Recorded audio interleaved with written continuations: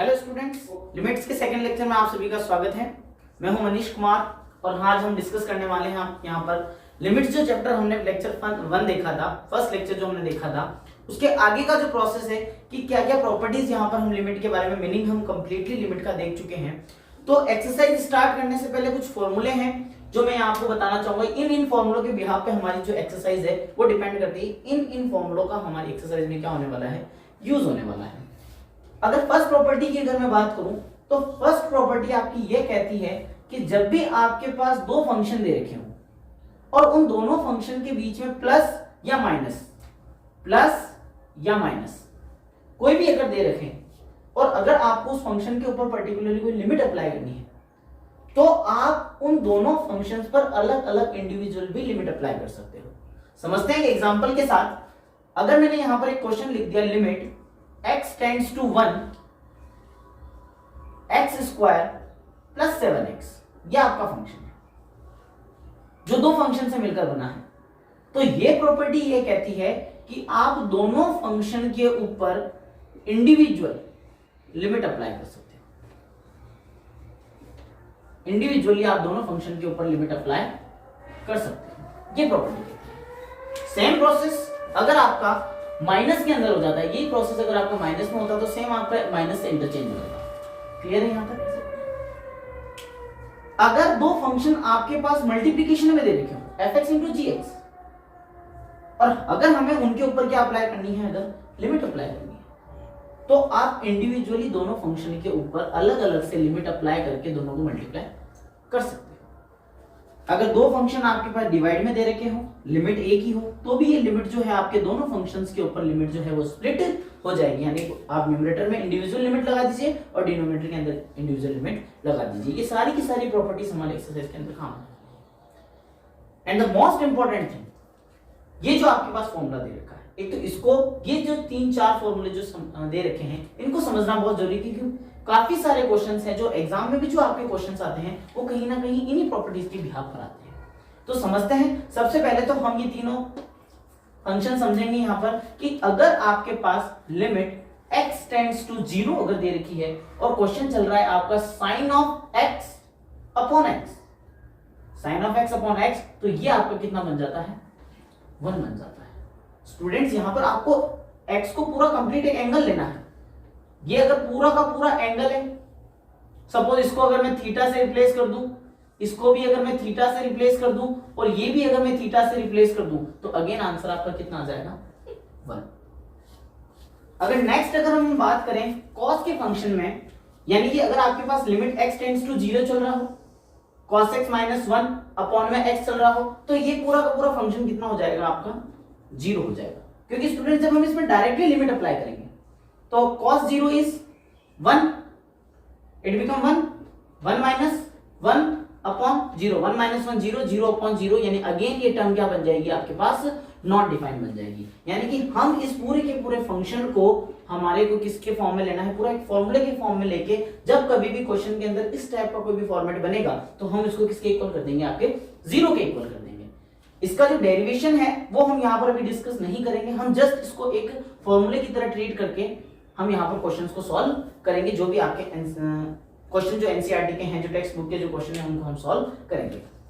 अगला जो फॉर्मूला है वो आपका इन द फॉर्म ऑफ 10 है। ये फॉर्मूला आपका कम यूज होता है, बट फॉर्मूला ये भी है आपका कि अगर आप 10x अपॉन x, अगर आपका कोई भी फंक्शन चल रहा है 10x upon x and limit x tends to 0 अगर चल रही है, तो ये कितना हो जाएगा आपका, 1 हो जाएगा। 10x upon x where limit x tends to 0, तो ये क्या हो जाएगा आपका 1। क्योंकि जब इसको हम जनरली सॉल्व करेंगे नॉर्मल मेथड से, अगर वैल्यू पुट करके अगर इसको सॉल्व करेंगे तो ये tan 0 कितना बनेगा आपका, tan 0 बनेगा 0 अपॉन 0, और अगेन ये क्या बन जाएगी आपके पास, एक नॉट डिफाइंड टर्म बन जाएगी।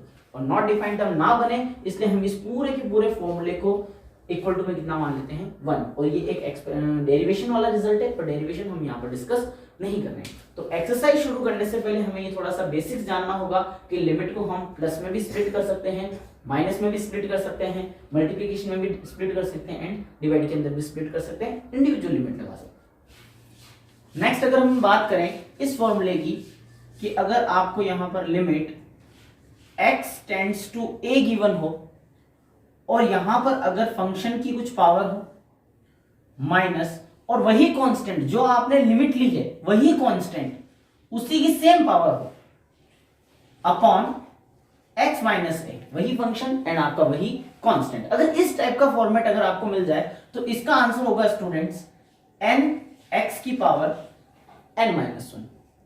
इसको हम एक एग्जांपल से समझते हैं।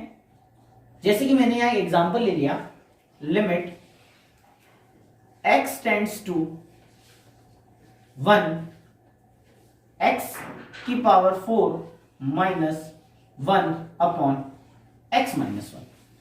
तो यहां हम देखेंगे कि लिमिट चल रही है आपकी x टेंड्स टू 1, यानी कि x टेंड्स टू a और a की वैल्यू क्या हो जाएगी आपकी 1, और ये x की पावर 4 माइनस 1, और इस 1 को स्टूडेंट्स हम लिख सकते हैं 1 की पावर 4। तो ये कहीं ना कहीं देखो ऊपर वाले फॉर्मेट को सेटिस्फाई कर रहा है, जहां पर x की पावर n और n की वैल्यू क्या हो गई यहां पर 4 माइनस आपका एज इट इज है, और a की वैल्यू कितनी हो गई 1, और लिमिट भी वही लग रही थी x टेंड्स टू 1। यानी कि जो आप यहां जो कांस्टेंट यूज कर रहे हो वो कांस्टेंट, और जहां आपको लिमिट अप्लाई करनी है, लिमिट जिस चीज को टेंड कर रही है, जिस वैल्यू को लिमिट टेंड कर रही है, वो वाली वैल्यू और ये कांस्टेंट की वैल्यू सेम होनी चाहिए। ये इस क्वेश्चन की नेसेसरी कंडीशन है।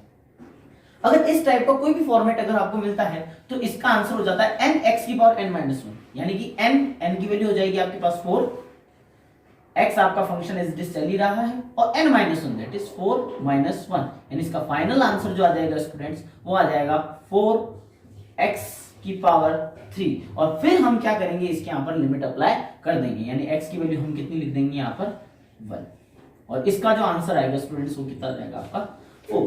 यानी कि इस टाइप के फॉर्मेट के क्वेश्चंस होंगे वो भी हम यहाँ पर आगे चल के डिस्कस करेंगे। तो अभी तो हम इसको एक एग्जांपल से समझते हैं, और उसके बाद जैसे जैसे क्वेश्चंस आएंगे जैसे जैसे क्वेश्चंस आएंगे हम अलग अलग बार ये फॉर्मूला अप्लाई करेंगे। हर बार इस क्वेश्चन को इस फॉर्मूले को मैं एक्सप्लेन करूंगा आपको, और उसके बाद ही हम उस क्वेश्चन को लेंगे। तो बिना टाइम वेस्ट किए, बिना किसी देरी के हम एक्सरसाइज स्टार्ट करते हैं। तो आइए एक्सरसाइज के कुछ क्वेश्चन देखते हैं, जिनमें कुछ में तो डायरेक्ट लिमिट लगेगी आपकी, जहां पर आपको सीधी सीधी वैल्यू सब्स्टिट्यूट करनी होगी, और यहाँ पर और कुछ जो क्वेश्चंस होंगे उनमें आपको क्या करना होगा, फैक्टराइजेशन मेथड या फिर मिड टर्म ब्रेक लगा के उन क्वेश्चन से, यानी कि जो हमने जो फॉर्मूले डिस्कस किए थे अभी, वो वाले फॉर्मूले अप्लाई करके हम उसको क्वेश्चन को क्या करेंगे, सॉल्व करते हैं। आइए देखते हैं एक्सरसाइज के क्वेश्चंस। अगर हम बात करें क्वेश्चन नंबर फर्स्ट की, तो देखिए क्वेश्चन नंबर फर्स्ट जो स्टूडेंट्स हैं वो आपके डायरेक्ट टेक्निक से हो जाएगा, यानी हमारे को लिमिट सीधी की सीधी अप्लाई करनी है। और ये जो 6 क्वेश्चंस हमने सामने लिख रखे हैं, आपका first question, second question, third, fourth, fifth and ninth, ये सारे के सारे क्वेश्चंस आपके डायरेक्ट लिमिट बेस्ड हैं, यानी डायरेक्ट आपको वैल्यू रख देनी है, कहीं पर भी 0/0, यानी कि नॉट डिफाइन वाली टर्म आपकी कहीं नहीं बनेगी। तो अगर अपन यहाँ पर सीधे x की वैल्यू अगर मैं 3 सब्स्टिट्यूट कर दूं यहाँ, तो जब x की वैल्यू 3 में यहाँ रखूंगा तो आपके पास जो इसकी वैल्यू आ जाएगी वो डायरेक्ट कितनी आ जाएगी आपके पास 3 + 3 विच इज इक्वल टू 6, यानी कि कोई भी आपकी नॉट डिफाइन वाली टर्म नहीं बनी। तो यहीं पर आपका जो सॉल्यूशन है स्टूडेंट्स वो खत्म हो जाता है। अगर सेकंड क्वेश्चन की बात करूं तो same as it is second question आपका, कि जब हम इस x की वैल्यू पाई यहां पर सब्स्टिट्यूट करेंगे तो यहां पर जो ये फंक्शन है इसकी वैल्यू कितनी बन जाएगी आपकी पाई माइनस 22/7, यानी अगेन आपकी कोई भी नॉट डिफाइन वाली टर्म यानी कि 0/0 वाली टर्म नहीं बनी। तो ये भी आपका यहां पर क्वेश्चन क्या हो जाएगा, सॉल्व हो जाएगा। क्वेश्चन नंबर थर्ड की बात करें हम, तो हमें सीधा सीधा r की वैल्यू कितनी सब्स्टिट्यूट करनी है, 1 सब्स्टिट्यूट करनी है, यानी कि ये जो आंसर है आपका कितना आ जाएगा, पाई r की वैल्यू 1 एंड 1 का square, and we know that the square of 1 is 1। तो ये क्वेश्चन भी आपका यहाँ पर क्या हो जाता है, सॉल्व हो जाता है। ठीक है, नेक्स्ट अगर अपन बात करें क्वेश्चन नंबर फोर्थ की, तो यहाँ पर आपको बोल रहा है लिमिट x टेंड्स टू 4, यानी कि आपको सीधा सीधा x की वैल्यू 4 रखनी है और चेक करना है कि कहीं आपकी नॉट डिफाइन वाली टर्म तो नहीं बन रही। अगर कहीं नॉट डिफाइन वाली टर्म अगर बनती है तो हमें इसको या तो मिड टर्म ब्रेक से, फैक्टराइजेशन या किसी ना किसी मेथड से इसको एक प्रॉपर वे में एक डिफाइंड क्वांटिटी हमारे को यहाँ पर बनानी पड़ेगी। तो आइए चेक करते हैं। अगर मैं x की वैल्यू यहाँ 4 सब्स्टिट्यूट करता हूं, देन डिनोमिनेटर में 4 - 2 यानी कि 2 बनेगा। डिनोमिनेटर के अंदर कोई ना कोई इंटीजर आपका आ रहा है, यानी कि एक्सेप्ट 0, तो ये जो आपकी डिफाइंड टर्म बनेगी, यानी हम 4 की जो वैल्यू है यहाँ डायरेक्ट सब्स्टिट्यूट अगर मैं कर दूं, then 4 4 plus 3 and this is 4/2, 4 4 16, 16 plus 3 and 4 - 2 that is 2, 16 plus 3 is equal to 19, 19/2। और ये क्वेश्चन भी आपका क्या हो जाता है, यहाँ पर सॉल्व हो जाता है। यानी कि इन किसी भी क्वेश्चन में आपको कोई भी प्रॉब्लम नहीं आएगी, नॉर्मल आपको वैल्यू सब्स्टिट्यूट करनी है, आंसर निकालना है, सिमिलरली अगर क्वेश्चन नंबर 5 की मैं बात करूं तो x की value -1 whole power 10 plus x की value -1 whole power 5 plus 1 upon -1 -1। जब इस क्वांटिटी को सॉल्व करेंगे तो -1 की पावर 10 वी नो दैट 1, क्योंकि इवन पावर है तो आपका आंसर प्लस में आएगा, यहाँ ऑड पावर है तो आंसर आपका किस में आएगा, माइनस में आएगा। Plus 1 upon minus minus plus, ये बन जाएगा -2, प्लस 1 से -1 cancel and the answer become -1/2। आपकी कोई भी नॉट डिफाइन वाली टर्म नहीं बनी है, ये जो आंसर आया है ये आपका क्या आ चुका है, कंप्लीट सॉल्यूशन आ चुका है। सिमिलरली अगर अपन क्वेश्चन नंबर 9 की बात करें तो क्वेश्चन नंबर 9 में भी आपको x की वैल्यू सीधी क्या सब्स्टिट्यूट कर देनी है, 0 हम यहाँ पर सब्स्टिट्यूट कर देंगे और ये बन जाएगा a multiplied by 0 plus b upon c multiplied by 0 plus 1। तो ये a 0 से मल्टीप्लाई होगी, कंप्लीट टर्म 0, न्यूमरेटर बना b अपॉन डिनोमिनेटर बना आपका 1, यानी इसका जो आंसर आ जाएगा वो आ जाएगा आंसर b। तो स्टूडेंट्स ये कुछ क्वेश्चंस थे आपके जिनमें आपको कहीं पर भी कोई भी कैलकुलेशन नहीं करनी है, कहीं पे फैक्टराइजेशन नहीं लगाना, कहीं पे मिड टर्म ब्रेक नहीं लगाना है, डायरेक्ट हमें वैल्यू सब्स्टिट्यूट करनी है, सॉल्व करना है। अब जो आने वाले जो क्वेश्चंस हैं उनमें कहीं ना कहीं आपका कोई ना कोई फॉर्मूला लगेगा, जो फॉर्मूले हमने यूज किए थे। यहाँ स्टूडेंट्स में आपको एक बात बताना भूल गया कि यहाँ जो आपने लिमिट लगाई है वो जो 4 प्रॉपर्टी हमने पढ़ी थी कि लिमिट को हम अलग अलग भी सब्स्टिट्यूट कर सकते हैं, यानी कि अगर दो फंक्शन है fx और gx तो दोनों के अंदर अगर प्लस दे रखा है तो इस पे भी लिमिट लगेगी एंड इस पे भी लिमिट लगेगी जो इंडिविजुअल लग जाएगी। तो ये हमने थोड़ा सा यहाँ पर डायरेक्ट किया है, तो आप समझ लीजिएगा नॉर्मल सिर्फ वैल्यू रखनी है और आपको सॉल्व करना है। तो इसके आगे के क्वेश्चंस देखते हैं कि इनके आगे के क्वेश्चंस में किस तरीके के आपके फॉर्मूले लगेंगे, कैसे हम फैक्टराइजेशन करेंगे। तो हम आगे के क्वेश्चन देखते हैं। तो हम देखते हैं क्वेश्चन नंबर इसका 6। तो नेक्स्ट अगर हम क्वेश्चन नंबर 6 की बात करें तो ये बोल रहा है limit x tends to 0 x plus 1 की होल पावर 5 माइनस 1 अपॉन में x। अगर इस क्वेश्चन के अंदर नॉर्मल लिमिट वाले क्वेश्चन जिस तरीके से हमने पहले के जो 5 क्वेश्चन किए थे फर्स्ट टू फिफ्थ, तो उस क्वेश्चन की तरह अगर मैं डायरेक्ट स्टूडेंट्स लिमिट लगाऊं तो at x equal to 0 question क्या बन जाएगा आपका, क्वेश्चन बन जाएगा आपका 0 plus 1 upon whole power 5 minus 1 upon 0।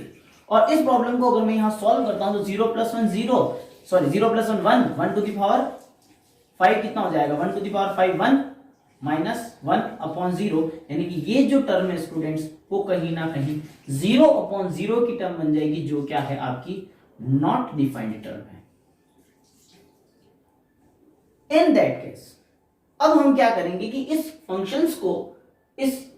Function को हमें कहीं ना कहीं क्या करना पड़ेगा, सॉल्व करना पड़ेगा और हमें एक डिफाइंड वैल्यू यहां पर निकालनी पड़ेगी, क्योंकि ये आपका आंसर जो क्या आ चुका है 0 अपॉन 0, जो कि नॉट डिफाइंड टर्म होती है। तो अब इसको सॉल्व करने के लिए अगर मैं कहूं let y is equal to x plus 1, यानी कि मैंने x प्लस 1 वाली वैल्यू को क्या पुट कर दिया, यहां पर y पुट कर दिया, ठीक है। तो यहां से अगर मुझे x की वैल्यू निकालनी स्टूडेंट्स तो ये 1 इधर ट्रांसपोज हो जाएगा, ये y minus 1 is equal to x, तो हमारे पास x की वैल्यू आ गई।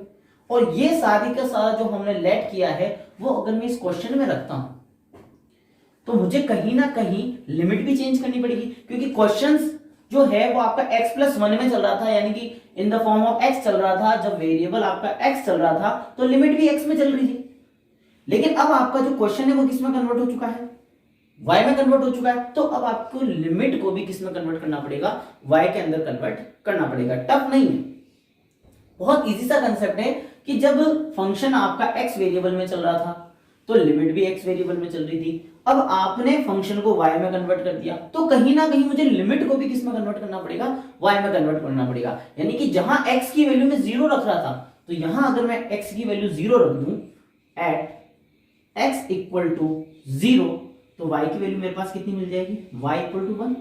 यानी कि अब जो क्वेश्चन आपका चेंज हो जाएगा, limit y tends to 1, x plus 1 को हम क्या पुट कर चुके हैं, y पुट कर चुके हैं, तो ये हो जाएगा y to the power 5 minus 1 upon, और x की वैल्यू क्या हो जाएगी आपके पास y माइनस। आई थिंक यहां तक क्लियर हो चुका है। जो भी हमने y की वैल्यू थी x प्लस 1 की वैल्यू y रख दी और x की वैल्यू यहाँ से हमने y माइनस 1 रख दिया। पूरा का पूरा फंक्शन जो x में चल रहा था वो पूरा का पूरा क्वेश्चन किसमें कन्वर्ट हो गया, आपका y में कन्वर्ट हो गया। सर चेंज क्या है? चेंज स्टूडेंट्स ये आया कि ये हमारे पास एक फॉर्मूला बन चुका है जो हमने अभी थोड़ी देर पहले डिस्कस किया था कि हमारे पास एक फॉर्मूला होता है कि अगर आपके पास limit x tends to a चल रही हो, यानी कि वेरिएबल किसी भी वैल्यू को टेंड कर रहा हो, यानी x की जगह मुझे अगर a सब्स्टिट्यूट करना है तो यहां मुझे एक फंक्शन मिलेगा, फंक्शन के ऊपर कोई ना कोई पावर मिलेगी, माइनस यहां पर वो सेम वैल्यू कांस्टेंट मिलेगी और उसके ऊपर भी आपके पास सेम पावर होगी। क्लियर है? और अपॉन में x माइनस a। तो कहीं ना कहीं स्टूडेंट्स ये जो फॉर्मेट आपका मिला है वो कहीं ना कहीं इसको सेटिस्फाई करेगा। थोड़ा सा ध्यान दीजिएगा, x की जगह आपका y आ गया, y की पावर n चल रही थी, y की पावर 5 चल रही है, और इस 1 को भी मैं लिख सकता हूं 1 की पावर 5। तो ये कहीं ना कहीं क्वेश्चन इसी फॉर्मेट में अरेंज हो गया जहां पर a की वैल्यू तो 1 चल रही है और n की वैल्यू कितनी चल रही है, आपकी 5 चल रही है। तो अब इसका जो आंसर है वो इस फॉर्मूले के बिहाफ पर हम इसका आंसर क्या लिख सकते हैं, 5 and y to the power 4, 5 y to the power 4, क्योंकि हमने बोला था कि इसका जो आंसर होता है वो होता है n और x की पावर n माइनस 1, यानी कि जो भी n है उसको आप सामने रख दीजिए, y और पावर जो होगी वो एक क्या हो जाएगी, रिड्यूस हो जाएगी।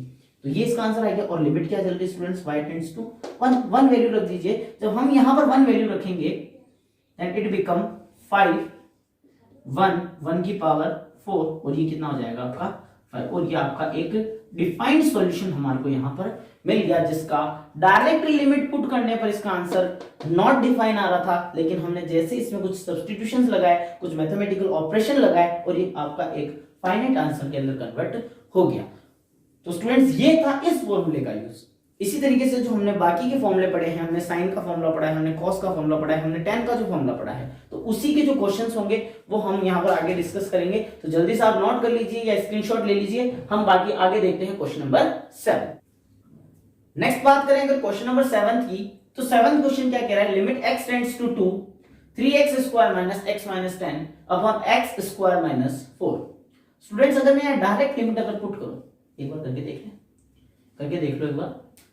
अगर एक बार मैं इसको डायरेक्ट अगर वैल्यू पुट करके देखता हूं तो कहीं ना कहीं ये क्वेश्चन बन जाएगा आपका 2 का स्क्वायर माइनस 2 माइनस 10 और यहां पर बनेगा ये 2 का स्क्वायर माइनस 4। 2 का square is equal to 4 and 4 minus 4 0, यानी कि अगर मैं न्यूमरेटर को सॉल्व नहीं भी करूं, या आपका न्यूमरेटर एज इट इज रहने दीजिए, और ये बन जाएगा आपका 4 माइनस 4 दैट इज 0, यानी कि स्टूडेंट्स डिनोमिनेटर में अगेन क्या बन चुका है, 0 बन चुका है। और हम जानते हैं कि डिनोमिनेटर में जब भी 0 बनता है तब ये एक नॉट डिफाइंड क्वांटिटी होती है, यानी कि ये जनरल तरीके से तो आपका सॉल्व नहीं होगा। अब इसको सॉल्व करने के लिए मुझे कहीं ना कहीं कोई ना कोई ऑपरेशंस लगाने पड़ेंगे, फैक्टराइजेशन कह दो, कोई फॉर्मूला कह दो लिमिट के अंदर का, हमें कोई ना कोई फॉर्मूला लगा के इस क्वेश्चन को यहां पर एक फाइनाइट आंसर के रूप में चेंज करना है। आइए करते हैं। स्टूडेंट्स अगर मैं बात करूं तो ऊपर कहीं ना कहीं एक क्वाड्रेटिक इक्वेशन बन रही है, ऊपर एक क्वाड्रेटिक इक्वेशन बन रही है। मैं उस क्वाड्रेटिक इक्वेशन को यहां सेपरेटली आपको सॉल्व करके बताऊंगा। हमारे पास क्वाड्रेटिक इक्वेशन दे रखी है 3x square minus x minus 10, और इसके अगर हम दो फैक्टर करें तो मिड टर्म ब्रेक आप सभी को आता है 3x स्क्वायर माइनस का 6x प्लस 5x माइनस 10, और ये फैक्टर हो जाएंगे आपके 3x कॉमन, ये बन जाएगा आपका x minus 2 plus 5 common, again it become x minus 2, और इसके फैक्टर आ चुके हैं 3x plus 5 and x minus 2, यानी कि जो न्यूमरेटर पोर्शन है आपका, उस न्यूमरेटर पोर्शन को कहीं ना कहीं मैं स्प्लिट करके इस फॉर्मेट में लिख सकता हूं, इस फॉर्मेट में लिखा जा सकता है। और ये जो आपका आंसर है, डिनोमिनेटर पोर्शन जो है आपका एक्स स्क्वायर माइनस 4, इसमें कहीं ना कहीं ए स्क्वायर माइनस बी स्क्वायर की आइडेंटिटी लग जाएगी। तो ए स्क्वायर माइनस बी स्क्वायर की आइडेंटिटी क्या होती है, अगर ये एक्स स्क्वायर माइनस 4 को मैं लिख दूं 2 का स्क्वायर, तो ये बन जाएगा x plus 2 and x minus 2। यानी हमने क्या किया स्टूडेंट्स कि न्यूमरेटर को भी स्प्लिट कर दिया, फैक्टराइज कर दिया, और डिनोमिनेटर को भी क्या कर दिया, फैक्टराइज कर दिया। इस ऊपर वाली क्वाड्रेटिक इक्वेशन को भी फैक्टराइज कर दिया और डिनोमिनेटर को भी मैंने क्या कर दिया, फैक्टराइज कर दिया। यानी कि इस पोर्शन को अगर मैं रफ पोर्शन मानूं और इस क्वेश्चन को यहां से वापस अगर मैं स्टार्ट करूं तो क्वेश्चन आपका कन्वर्ट हो जाएगा लिमिट x टेंड्स टू 2, और न्यूमरेटर के फैक्टर हमने क्या लिखे, 3x square minus 6x plus 5x minus 10 upon x plus 2 and x minus 2। Numerator को थोड़ा सा और अगर अपन सॉल्व करें, ये लिमिट आपकी एज इट इज चल रही है x टेंड्स टू 2, और ये कहीं ना कहीं कन्वर्ट होके किस में कन्वर्ट हो जाएगा, 3x plus 5 and x minus 2। Denominator में x plus 2 and x minus 2। Tough नहीं है ये, बस हमने क्या किया, न्यूमरेटर को भी फैक्टराइज कर दिया और डिनोमिनेटर को भी फैक्टराइज कर दिया। इसका जो प्रॉफिट है, इसका फायदा हमें क्या मिला स्टूडेंट्स, कि यहां कहीं ना कहीं x माइनस 2 से x माइनस 2 वाली टर्म क्या हो गई, कैंसिल हो गई, और आपका जो क्वेश्चन है वो चेंज हो चुका है। Limit x tends to 2, numerator बना 3x प्लस 5 एंड डिनोमिनेटर बना आपका x प्लस 2। अगर हम अब इसमें डायरेक्ट वैल्यू सब्स्टिट्यूट अगर कर दें, लिमिट x टेंड्स टू 2, अगर मैं यहां डायरेक्ट सब्स्टिट्यूट कर दूं तो ये कहीं ना कहीं जो फंक्शन है, ये फंक्शन आपका चेंज हो जाएगा 3 multiplied by 2 plus 5 upon 2 plus 2, 3 2 6, 6 plus 5 11, 11 upon 4, और ये आपका कन्वर्ट हो चुका एक फाइनाइट आंसर में। क्लियर हुआ यहां तक, कंप्लीटली क्लियर। ये क्वेश्चन था, हमने न्यूमरेटर को भी फैक्टराइज किया, डिनोमिनेटर को भी फैक्टराइज किया, और फैक्टराइज करने के बाद जो फैक्टर कॉमन आ रहे थे वो कैंसिल हो गए, और नॉर्मल जो वैल्यू चल रही थी, जो लिमिट चल रही थी, वो हमने सॉल्व करी, और आपका आंसर जो है एक फाइनाइट वैल्यू आंसर आ गया। जो पहले क्या आ रहा था, एक नॉट डिफाइंड क्वांटिटी जो आ रही थी, वो एक डिफाइंड वैल्यू आपके सामने मिल गई है। तो स्टूडेंट्स पूरे चैप्टर में यही करना है आपको, कहीं ना कहीं फॉर्मूला अप्लाई होगा, कोई ना कोई कंसेप्ट अप्लाई होगा, और हमने एक नॉट डिफाइंड वाली क्वांटिटी को हमको एक डिफाइंड आंसर यहां पर लाके बताना है। तो आई होप आपको क्वेश्चन नंबर 7 क्लियर हुआ होगा। नेक्स्ट देखते हैं हम क्वेश्चन नंबर 8 की तरफ की, उसमें क्या करना है। तो आइए क्वेश्चन नंबर 8 क्या कह रहा है आपका, limit x tends to 3 x की पावर 4 माइनस 81 अपॉन में 2x square minus 5x minus 3।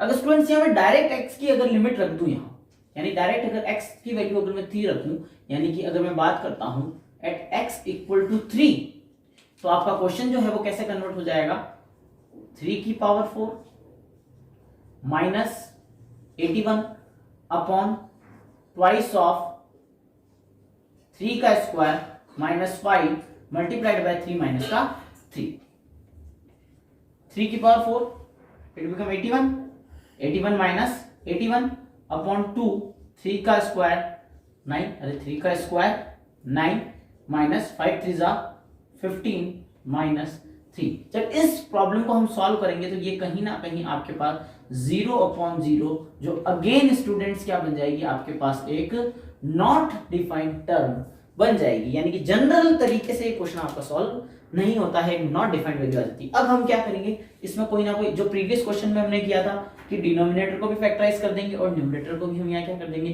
Factorise कर देंगे। तो आइए फैक्टराइज करते हैं। लिमिट, यहां हम इस क्वेश्चन को डायरेक्ट करेंगे, डायरेक्ट फैक्टराइज करेंगे।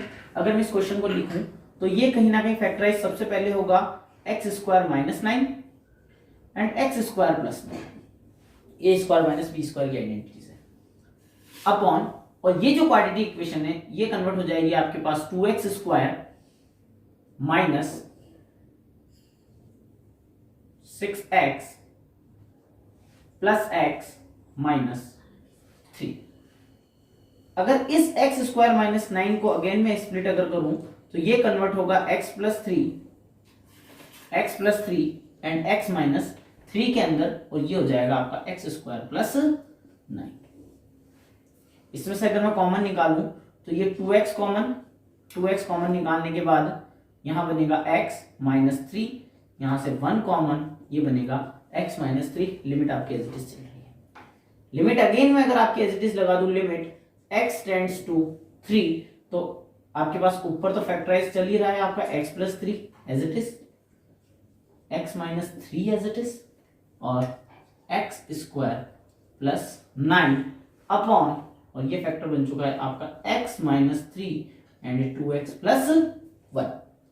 ये 3x, x माइनस 3 से x माइनस 3 कैंसिल, और आपका जो क्वेश्चन कन्वर्ट हो चुका है limit x tends to 3 x plus 3 x square plus 9 upon 2x plus 1।